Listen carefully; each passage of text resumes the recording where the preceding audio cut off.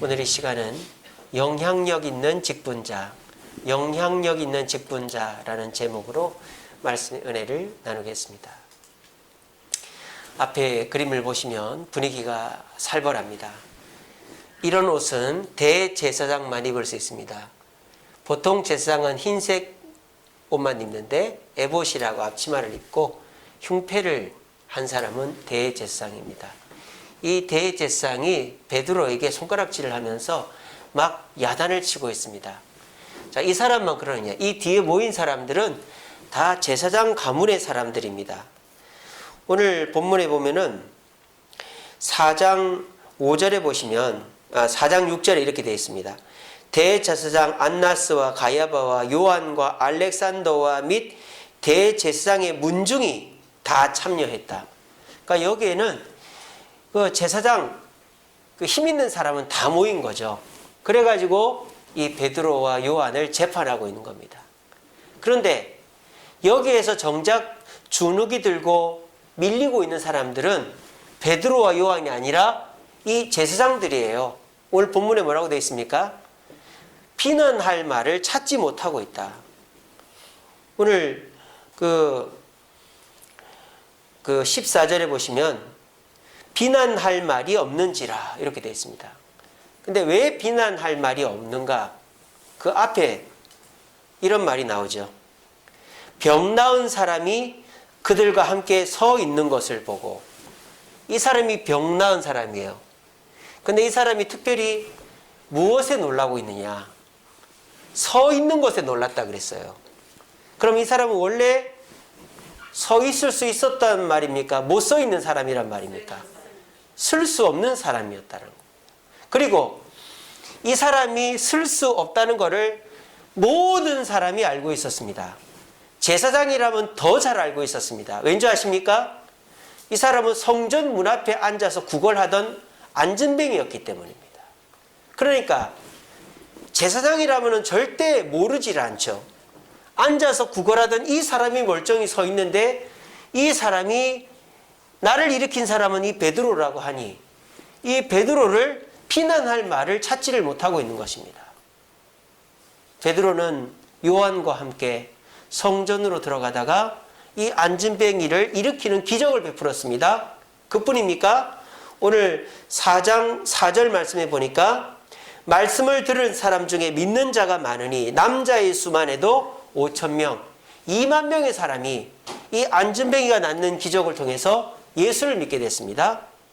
그리고 이 제사장들이 비난할 말이 없는 이유는 이 베드로가 너무 똑똑하기 때문이에요. 13절에 보세요. 그를 본래 학문 없는 범인으로 알았다가 그랬습니다. 그러니까 아무것도 모르는 사람인 줄 알았는데 이 베드로가 물어보면 다 대답을 하고 너무너무 담대한 겁니다. 그래서 19절에도 이렇게 돼 있죠. 내가 너희들 말 듣는 게 옳은지, 하나님 말씀 듣는 게 옳은지 너희들이 판단해봐라. 이 정도로 담대해진 겁니다. 기적을 베풀었습니다. 2만 명을 변화시켰습니다. 담대합니다.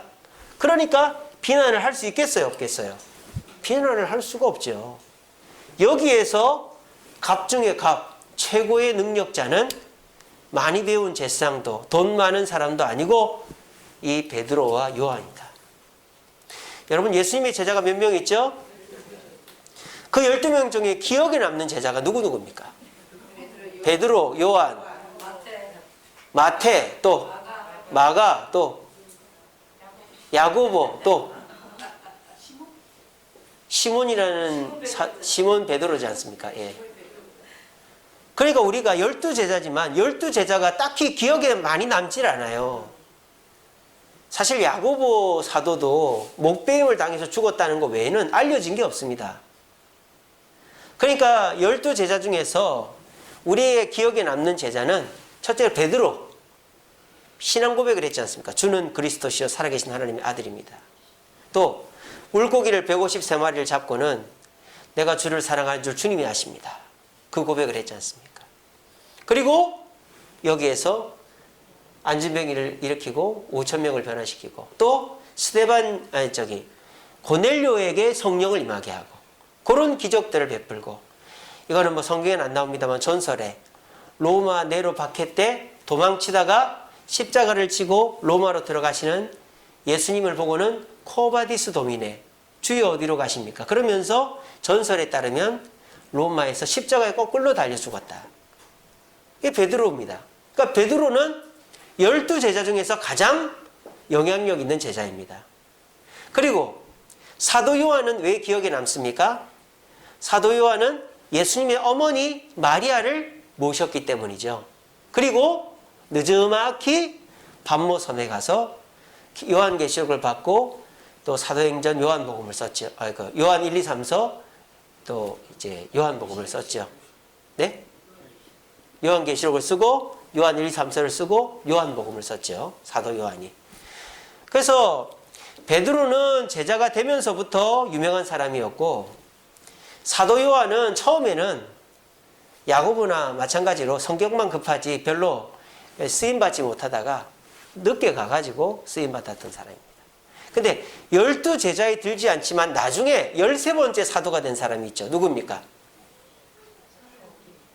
누굽니까? 바울 아닙니까? 바울. 예수님 믿는 사람 핍박하던 바울. 이 바울이 다메섹 도상으로 가다가 빛 가운데 예수님을 만나고 사도가 됐죠. 근데 이제 바울이 사도이냐 아니냐에 대해서 막 시비를 걸 때마다 바울이 그럽니다. 사도의 기준은 예수님이 직접 뽑아 세운 사람 사도거든요. 그래서 그 빛 가운데서 예수님이 나를 사도로 불렀고 내가 주님의 사명을 감당했기 때문에 나는 사도다. 그래서 사도 바울은 사도권을 굉장히 강조합니다. 근데 어떻게 보면 절반 정도, 반쪽짜리 사도임에도 불구하고 베드로의 버금갈 정도의 영향력이 있죠. 그래서 안디옥 교회 교사로부터 시작합니다. 처음에는 그냥 교사였습니다만은 선교 여행을 다니면서 바나바를 제치고 선교 여행을 정말 잘 해가지고 많은 교회를 개척하고 많은 제자를 두고 자기 자신도 살 기회가 있었지만 마메딘 감옥에서 목배임을 당해 순교한 베드로. 그래서 예수님의 제자들, 사도들 중에서 우리가 기억할 만한 사람은 이 세 사람이에요. 베드로, 요한, 바울. 그 외의 사도들은 있으나 마나한 사도들이죠. 그리고 참 사도가 안 됐으면 하는 사람이 한 명 있죠. 예, 가룟 유다입니다. 그 사람은 차라리 사도가 안 됐으면은 저런 마귀의 쓰임을 받지 않았을 텐데. 우리가 사람도 그렇다지 않습니까? 꼭 필요한 사람, 필요 없는 사람, 또 있으나 마나한 사람 이렇게 있다 하지 않습니까? 근데 우리가 살면서 자의반 타의반 꼭 여기서 뭐 있으나 마나한 사람 되고 싶은 사람 손 들어보세요. 그런 사람은 없죠. 나도 누구나가 결혼을 하면은 최고의 아빠가 되고 싶고 최고의 엄마가 되고 싶습니다. 또 아이를 키우면 아이들에게 최고로 잘해주고 싶습니다. 근데 살다 보면 어떻게 됩니까? 그게 쉽지가 않죠. 살다 보면 내가 잘 하려고 하다가도 잘 안 되니까 우리가 그냥 열심히 못할 때도 있고 또 실망을 줄 때도 있고 하죠. 저는 그래서 하나님이 연월일을 만드신 것 같아요. 왜? 그때마다 어떻게 해라? 리크리에이션, 다시 출발하라고. 네가 처음에는 정말 영향력 있는 직분자, 영향력 있는 사도, 영향력 있는 엄마 아빠로 하려고 했는데 세상 살다 보니 삶이 힘들다 보니 그렇게 되지 못하고 있으나 마나한 사람 또는 남한테 피해만 주는 사람이 돼버렸다면 거기서 끝나라고 하는 것이 아니라 어떻게? 다시 기회를 가지라고 해가 바뀌고 월이 바뀌는 것 같다. 베드로도 예수님 부활하시고 물고기 잡으러 갔잖아요. 근데 만약 그 베드로가 물고기만 잡다 끝났으면 우리에게 기억 남지가 않죠. 영향력이 없죠. 하지만 이 베드로가 예수님이 다시 부르셨을 때에 주님의 부름에 순종했기 때문에 영향력 있는 사도로 자리 잡을 수 있었다. 그리고 오늘 이 베드로는 내가 보고 들은 것을 말하지 않을 수 없다며 담대한 사도가 될 수 있었습니다. 오늘 이 자리에도 예배드리는 우리 성도들 중에 직분자들이 있습니다. 우리가 직분을 맡을 때에 나는 있으나 마나한 직분자가 될래. 나는 남한테 피해만 주는 직분자가 될래. 이런 사람이 세상에 어디 있겠습니까? 처음에는 다 각오하고 내가 최선을 다해서 주님 앞에 사람들 앞에 영향력이 있고 능력 있는 직분자가 돼야지. 우리 그렇게 하고 다 임직받고 그렇게 했지 않았습니까? 근데 시간이 지나다 보면 내 삶의 형편과 내 건강과 가정의 형편들 때문에 이게 뜻대로 안 된단 말이에요. 그래서 우리가 내가 생각한 만큼 안 돼요. 근데 사람은요, 내가 생각한 만큼 안 되면은 두 종류의 사람이 있습니다. 아예 포기를 해버리는 사람이 있어요. 자존심이 세가지고, 내가 이럴 거면 안 해버려야지 뭐. 난 그만둬야지. 이러는 사람이 있습니다. 그러면요, 그 사람은 평생 해봐야 아무것도 이룰 수가 없어요. 왜? 우리가 평생을 대각선을 그리면서 잘할 수 있는 일은 없기 때문입니다. 사람은 항상 잘할 때도 있고 못할 때도 있고 잘할 때도 있고 못할 때도 있는 거예요. 그러니까 잘할 때에 잘하다가 못할 때에도 내가 나중에 잘해야지 이런 마음을 가져야 되는데, 자존심이 너무 강한 사람은 내가 이렇게 못하는 모습 보여주기 싫어. 나는 아예 안 할래. 이런 사람이 있습니다. 그리고 적당히 이제 거짓말 해가면서 하는 사람이 있어요. 내가 그냥 겉으로는 잘하는 척, 말은 잘하고 그냥 내가 뒤로는 안 해야지. 그러면 어떻게 될까요? 아예 무자르듯이 안 해버리거나 말만 하고 안 해버리거나 이러면은 그 사람은 영향력 있는 직분자는커녕 있으나 마나는커녕 남들한테 피해만 주는 직분자, 부모, 또 사도 이런 사람들이 될 수 있다는 말입니다. 그래서 저는 올 한 해를 마무리하면서 우리 주세움교회가 올 한 해 마무리 짓고 내년을 힘있게 출발하려면 어떻게 해야 될 것인가를 오후 예배 때 시리즈로 좀 설교할까 싶습니다. 그러면서 오늘은 그 첫 번째로 우리 주세움교회도 직분자가 있습니다. 목사가 있고 전도사가 있고 장로가 있고 권사가 있고 집사가 있고 또 서리집사가 있습니다. 서리집사는 1년에 한 번씩 세우는 집사고, 우리 안수집사는 항존직 70세까지는 이제 하는 시무집사죠. 근데 우리가 이렇게 직분을 맡았을 때 처음에는 또 초기에는 열정을 다해서 하다가 이 베드로처럼 하다가, 베드로가 예수님 부활하시고 물고기 잡으러 갔을 때 나는 이제 물고기 잡고 그만둬야지 이랬을 때 예수님이 손을 내밀어서 네가 나를 사랑하느냐 물어보시고 다시 회복시켜 주셔서 베드로가 오늘 이 놀라운 기적을 베풀었지 않습니까? 그것처럼 오늘 이 시간에 우리 주세움교회 직분자분들과 말씀을 나누면서 제가 예수님의 말씀을 여러분들에게 전하여 여러분들의 손을 끄집어 당겨서 올 한 해 내 가정의 형편과 또 내 코로나 때문에 또 내 건강이나 내 자신의 형편 때문에 영향력 있는 직분자가 되지 못했다면 오늘 말씀을 듣고 12월을 잘 마무리해서 우리가 내년부터는 내가 오늘 말씀 속에서 나오는 그 영향력 있는 직분자가 되기 위해서 한 가지라도 고쳐나가야 되겠다 다짐을 하셔서 우리 주세움교회는 직분자들이 말로만 직분을 가지고 말로만 잘하고 또는 내가 조금 못하면 아예 딱 잘라서 난 이제 안 해요. 그렇게 하는 사람 한 명도 없고 베드로가 네가 나를 사랑하느냐는 말씀 앞에 회개하고 돌아와 이 기적을 베푸는 것처럼 영향력 있는 사도가 된 것처럼 오늘 이 말씀을 듣는 모든 분들은 올 한 해를 돌아보고 무자르듯이 나는 이제 안 해 이러지 마시고 그냥 적당히 둘러대면서 뭐 하는 듯 마는 듯 해야지 이러지 마시고 그렇구나. 베드로처럼 가족들 앞에 자녀들 앞에 주님 앞에 섰을 때 부끄럽지 않기 위해서 내가 영향력 있는 직분자가 되기 위해서 이번 한 달 내 자신을 돌아보고 기도하고 고쳐서 2021년도 우리 새성전에서는 우리 온 직분자들이 영향력 있는 직분자가 되어 우리 교회로 오는 사람들을 제자로 만들고 이 교회가 생명력이 넘치는 그런 교회 만들어가는 우리 직분자와 온 성도들 되시기를 간절히 바랍니다. 자, 그럼 베드로는 어떻게 해서 영향력 있는 직분자가 이렇게 제사장들이 벌벌 떠는 비난할 말을 찾지 못하는 이 똑똑한 사람들이 말이죠. 그런 사도가 될 수 있었는가? 첫 번째는요. 예배에 충실했기 때문입니다. 자, 이 베드로에게 비난할 말을 찾지 못한 이유는 이 안진뱅이라는 증거가 있기 때문이라 그랬죠. 이 안진뱅이를 언제 만납니까? 오늘 3장 1절에 보면 나오죠. 사도행전 3장 1절에 몇 시? 제 9시 기도 시간이라 그랬습니다. 여기서 9시는요, 오후 3시를 말해요. 그러니까 오후 3시에 베드로가 기도회 하러 가는 거죠. 그러니까 이제 예루살렘 성에 가보시면 알겠지만 공터가 없어요. 공터가. 골목도 좁고요. 차 못 다닙니다. 예루살렘 성 안에는 차가 못 다녀요. 공터가 없어요. 근데 유일하게 넓은 광장이 성전에 있어요. 성전 이방인의 뜰입니다.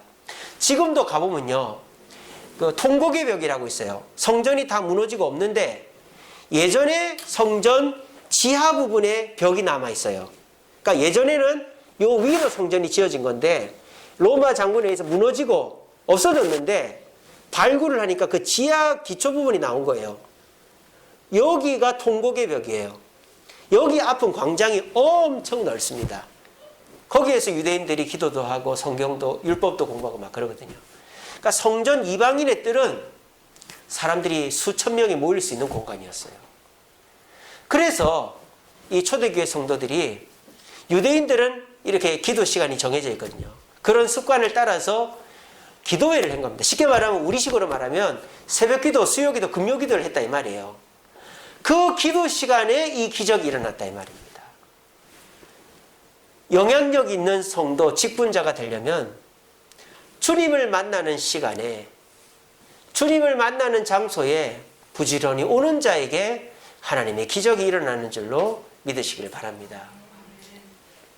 자, 뭐 어렵다면 어렵고 쉽다면 쉬울 수 있지만 예배 나오는 게 어렵습니까? 물론 어렵다면 어렵죠. 새벽에 일어나는 거 어렵고 수요 기도회, 금요 기도회 어렵습니다. 하지만 내가 뭐 해외여행을 간다고 생각해 보세요. 그러면은 내 스케줄 다 빼고 가지 않습니까? 내가 어디 단풍놀이를 간다고 생각해 보세요. 그러면 그날 일 다 빼고 가지 않습니까? 그런 식으로 내가 정말 중요하고 가고 싶은 데는 일을 쉬고서라도, 하루를 쉬고 며칠을 쉬고서라도 가는데, 우리가 이 새벽기도, 수요기도, 금요기도, 주일 예배가 나를 영향력 있는 직분자로 만들어준다라는 확신이 있다면 우리가 시간을 내어서라도 나올 수 있지 않을까요? 그리고 그 자리에 나오는 사람은 주님이 반드시 임재하여 주시는 것입니다. 제가 지난 금요기도회 때 사도 요한에게 임재하신 하나님, 그래서 요한계시록을 쓰게 된 그 사건을 얘기할 때 우리 금요기도 다녀오신 분들 얘기해 보세요. 사도 요한이 하늘 보좌를 언제 봤다 그랬죠? 밤모섬에서 언제 봤다 그랬죠? 무슨 날에 봤다 그랬어요? 주의 날에 봤다 그랬죠. 주의 날. 요한계시록 그렇게 되어 있습니다. 여기서 주의 날이 뭡니까? 주일입니다.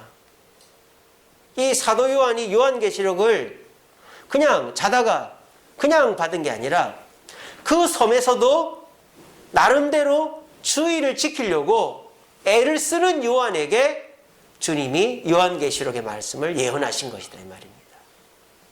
우리는 우리의 삶 속에서 이 예배의 시간이 얼마나 소중한지를 몰라요. 우리가 연예인 만나기 쉽지 않습니다만 연예인 만나는 날이 있어요. 연예인이 와서 기다리는 날이 있어요. 영화 시사회 가면 만날 수 있습니다. 건대 롯데시네마도 영화 시사회 가끔 하거든요. 그럼 그 연예인이 와서 기다리고 있어요. 약속된 시간에. 여러분, 우리가 주님을 만나려면은 기도원 가서 막 몇 시간씩 기도하고 만날 수 있습니까? 간단한 방법이 있습니다. 예배 시간에 만날 수 있습니다. 우리 주님은 이 예배 시간에 먼저 와 계세요. 제가 지난 금요일도 말씀드렸지만 제가 저기 잠실에 있는 우리 준혁이 갔네. 준혁이랑 밥을 먹고 올림픽 공원 한 바퀴 도는데 거기 옆에 임마누엘 교회라고 있거든요. 유리로 만든 큰 교회 아시죠? 종을 치더라고요. 지금도. 땡그랑 땡그랑. 12시가 되니까 12번 치더라고요. 소리가 얼마나 아름다운지 몰라요. 그 종소리가 뭡니까? 주님이 부르는 소리죠. 예배 전에 종을 치는 것은 부르는 소리예요. 그러니까 주님이 먼저 와서 우리를 부르시는 것이죠. 우리가 주님의 임재를 당연히 경험할 수 있는 시간은 바로 예배 시간이다라는 겁니다. 그래서 그 예배 시간에 주님의 임재를 경험한 자, 변화를 받고 직분을 잘 감당하면 영향력 있는 직분자가 될 수 있다는 것입니다. 우리 주님은요, 지금까지는 어찌 살았든지 묻지 않으십니다. 그렇지만 우리가 지금부터 결단하고 새로운 피조물이 되면 되는 것입니다. 물론 이 코로나 시절에 예배 나오는 것 자체가 두렵고 또 눈치도 보이고 그리고 얼마나 바쁘고 힘이 드십니까? 새벽에 일어나는 것도 피곤하죠. 또 해가 짧아져 가지고 새벽에 얼마나 춥고 힘듭니까? 그런데요, 그 새벽 시간이 수요일, 금요일, 주일 예배가 주님의 임재를 경험하고 그 임재를 통하여 내가 감당하는 직분을 어거지가 아니라 눈치 보면서가 아니라 재미있게 힘있게 감당할 수만 있다면 그 시간에 나오는 것이 그렇게 손해되거나 힘들지는 않지 않을까요? 우리 모두 내가 영향력 있는 직분자 말로만 나 권사, 나 집사, 나 장로 하지 마시고 내가 진짜 내가 말 안 해도 저분은 딱 보니까 장로님 같네, 저분은 딱 보니까 권사님 같네, 이런 말 들을 수 있도록 예배를 회복하셔서 오늘 베드로가 굿이 기도 시간에 안진병을 일으킨 기적의 사도가 된 것처럼 예배를 회복하여 하나님의 임재를 통하여 능력을 베풀므로 내가 얘기 안 해도 얼굴에 장로, 집사, 권사라고 써 있어서 많은 사람들이 인정하고 존경하는 영향력 있는 직분자들 되어지는 저와 여러분들 되시기를 간절히 바랍니다. 두 번째로 베드로가 이렇게 비난할 말이 없는 사람이 될 수 있었던 것은 사명을 감당했기 때문입니다. 베드로가 감당한 사명이 뭡니까? 선포한 것이죠. 자, 안즈베이가 한 분 줍시오, 한 분 줍시오 했습니다. 그때 베드로에게 돈이 있었을까요? 없었을까요? 있었습니다. 왜? 그 당시 초대교회는 서로 구제하는 것이 일반화되어 있었어요. 구제헌금이 많이 들어와 있단 말입니다. 그러니까 기도회가 끝나면 먹을 것도 먹어야 되고 또 그 과부나 고아들에게 돈을 줘야 돼요. 그러니까 수지자인 베드로는 돈주머니를 차고 갔겠죠. 그냥 돈 몇 푼 던져줄 수 있어요. 그 이웃을 사랑하고 구제해야 되니까. 근데 베드로의 사명이 뭡니까? 예수 그리스도를 전하는 것 아닙니까? 예수님을 전파하고 선포하는 것입니다. 오늘 베드로가 어떻게 합니까? 예수 그리스도를 선포했더니 안진뱅이가 일어나게 된 것입니다.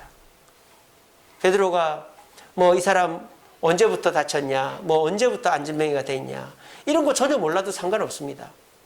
예수님의 이름을 선언하니까 안진뱅이는 일어났고 베드로가 한 건 없어요. 예수의 이름을 선포했을 뿐이에요.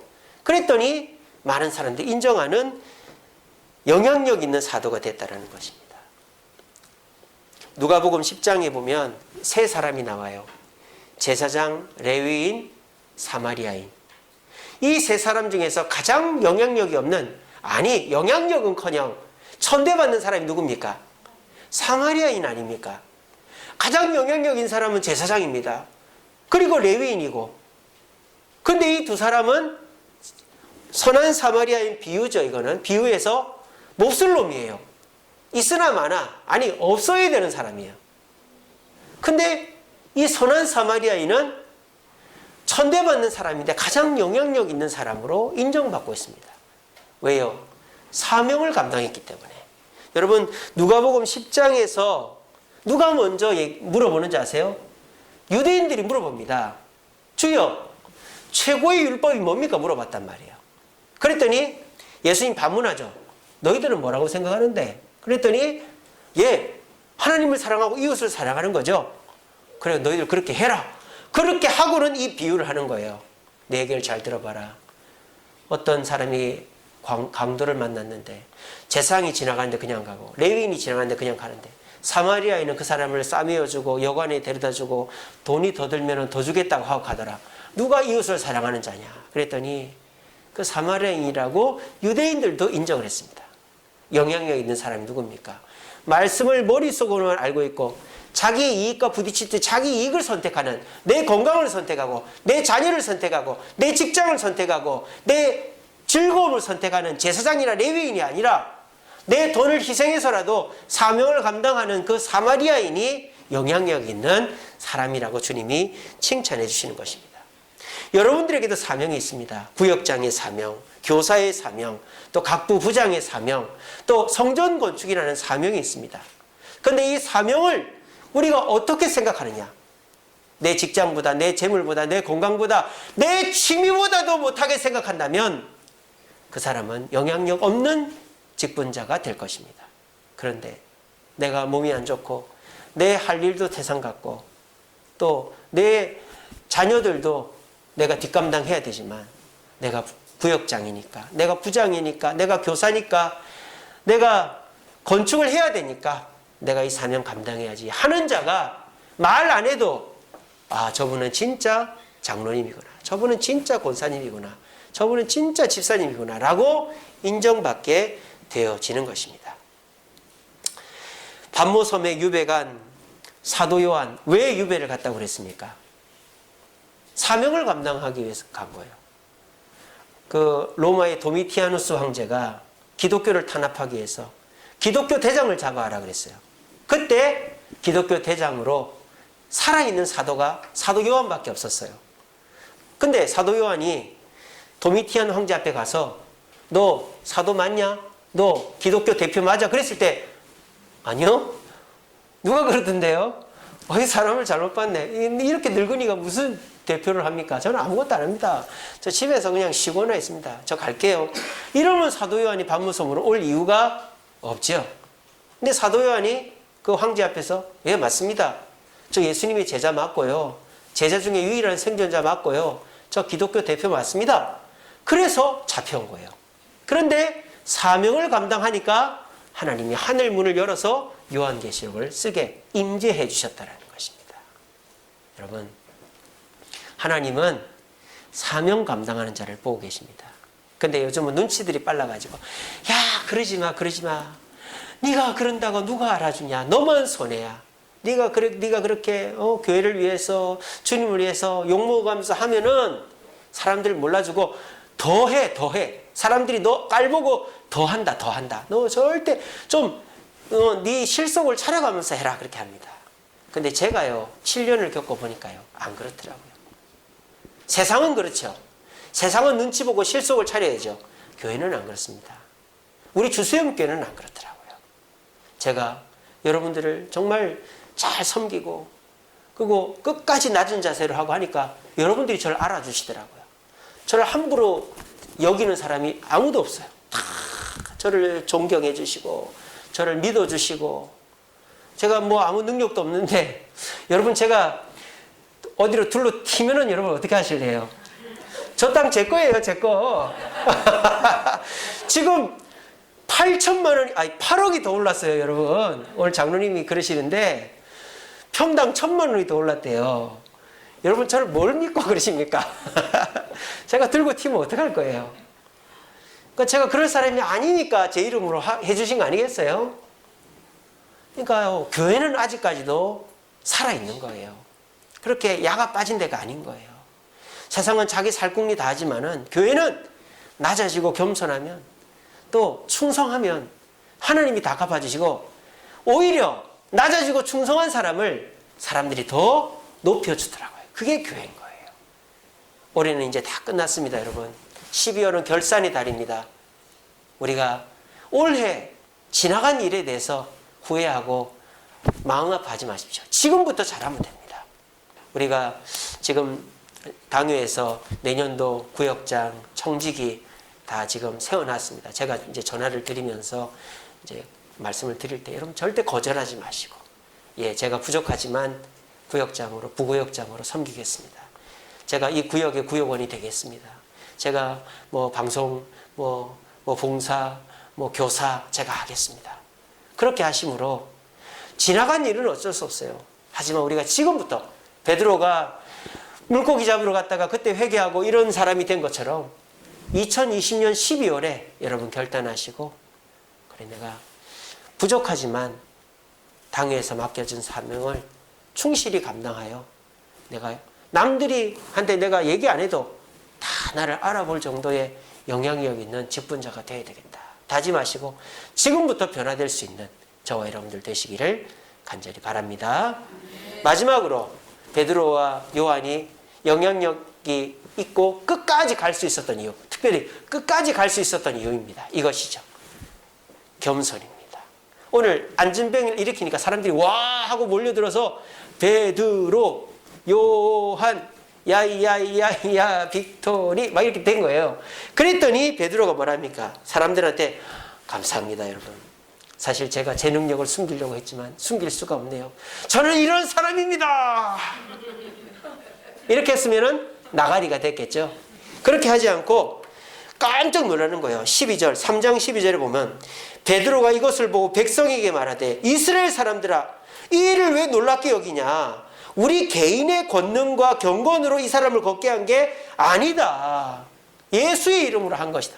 자기를 납작 낮추고 주님의 이름을 높이니까 남자만 5천 2만 명이 예수님께 돌아오고 이 제사장들을 완전 벌벌 기게 만드는 영향력 있는 사도가 됐다는 것입니다. 초대교회에 물질적으로 후원하는 사람들이 많이 있었습니다. 그 중에서 바나바는 어떤 사람이었습니까?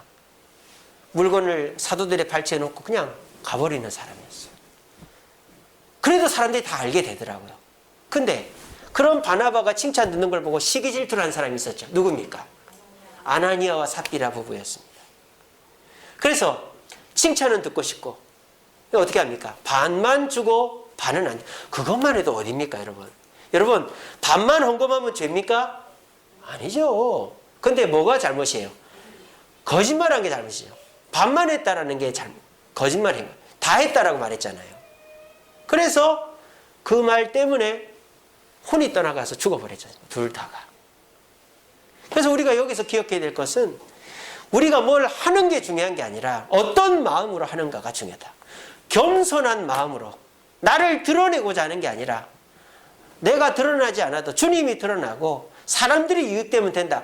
겸손한 마음으로 하면 100원을 하든 1000원을 하든 10,000원을 하든 그거에 상관없이 주님은 잘했다 칭찬하신다라는 것입니다. 오늘날 사람들이 자기가 열을 하면 상대방은 100으로 자기를 인정해 주기를 바라요. 제가 지난 금요일 날 구청에 갔습니다. 구청의 국민은행에 제가 요즘에 갑니다. 거기는 사람이 별로 없어요. 대기를 별로 안 해도 돼요. 구이동 국민은행은 너무 사람이 많아요. 거기를 가는데 막 라면이 이만큼 쌓여 있는 거예요. 라면, 진라면 박스가. 보니까 사람들이 조끼를 입고 있어요. 다. 그리고 막 캐논 카메라 큰 걸가 막 사진을 막 찍고 있는 거예요. 뭐라고 돼 있냐면 로타리 클럽이라고.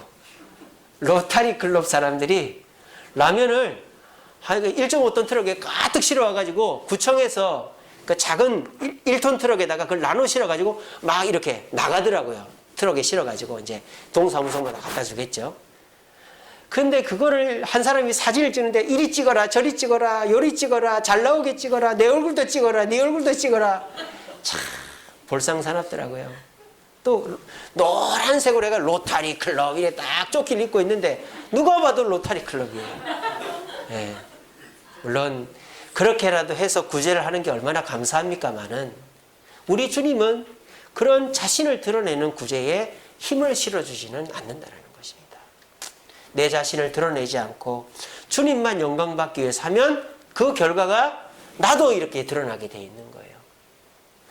우리 주세움교회는 나를 드러내는 직분자는 없어요. 제가 가만히 보니까 우리 장로님서부터 해가지고 그냥 주면 좋지 뭐 내가 이랬네 저랬네 우리 다 그런 분위기입니다. 겸손하시고 다 그냥 오른손이 한 일을 왼손이 모르게 하는 분위기입니다. 여러분 그런 분위기들을 우리 서리 집사들 우리 청년들 학생들이 다 본받고 있습니다. 그렇게 해서 우리 주세움교회는 다른 교회처럼 이렇게 과시하고 의시되고 이런 사람들 한 명도 없고 모두가 남이 못하면 이해해주고 잘하면 시기 질투하지 않고 박수 쳐주고 그렇게 함으로 서로가 겸손하고 자기 할목만 잘함으로 영향력 있는 직분자들이 될 수 있고, 우리가 지금까지 그렇게 못했다면은 올해 잘 마무리하고 내년부터 이름도 없이 빛도 없이 섬김으로 영향력 있는 직분자들이 되어지는 저와 여러분 되시기를 간절히 바랍니다. 말씀을 맺겠습니다. 같이 읽어봅시다. 시작. 하나님 앞에서 너희 말 듣는 것이 하나님 말씀을 듣는 것보다 옳은가 판단하라. 자, 이렇게 베드로와 요한이 담대할 수 있었던 이유는 누구 앞에 있기 때문에? 나는 지금 하나님 앞에 있다. 하나님이 지금 다 보고 계신다. 그러니까 똥개도 자기 집에서 먹고 들어간다고. 조그마한 치와와도 주인 있으면 안돼 무슨 사람을 무슨 잡아먹을 듯이 그러잖아요. 그런 것처럼 사람은 누가 내 옆에 있느냐가 중요한 것입니다. 제 좌우명이 뭔지 아시는 분? 네 글자. 예. 주전단백입니다.